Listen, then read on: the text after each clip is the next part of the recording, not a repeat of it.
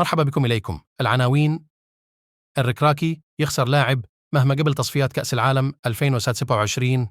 تين هاغ يفضل إراحة رابط للمباريات المقبلة. يوسف النصيري يقود إشبيلية للفوز ويثير الجدل بتصرف غريب. نترككم مع التفاصيل.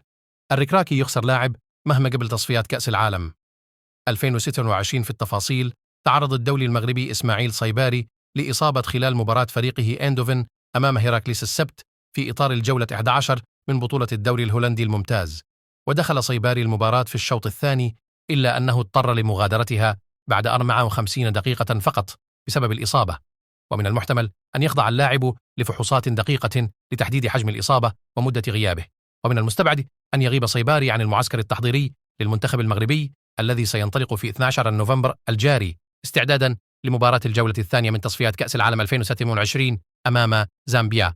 إسماعيل صيباري يذكر أن إندوفن فاز على هيراكليس بنتيجة 6-0 ليواصل صدارته للبطولة برصيد 32 نقطة بفارق 8 نقاط عن أزيد الكمار. تين هاغ يفضل إراحة أمرابط للمباريات المقبلة. في التفاصيل: حقق مانشستر يونايتد فوزا ثمينا على مضيفه فولهام بهدف سجله الدولي البرتغالي برونو فرنانديز في الدقيقة 90+1 من تسديدة زاحفة في المباراة التي جمعتهما مساء اليوم السبت برسم الدورة 11 من بطولة الدوري الإنجليزي الممتاز.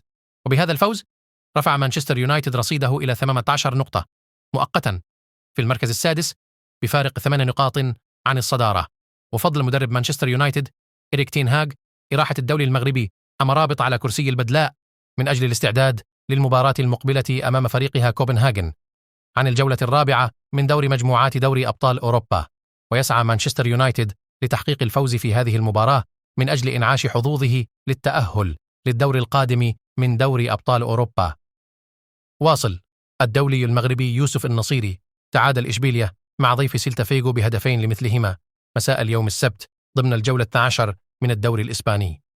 وسجل يوسف النصيري هدف التعادل لإشبيلية في الدقيقة 83، لكن المهاجم المغربي لم يحتفل بالهدف في حركة يفهم منها عدم رضاه على إقحامه من طرف المدرب الجديد دييغو ألونسو كبديل للمرة الثانية على التوالي في الليغا بعد مواجهة غاديش.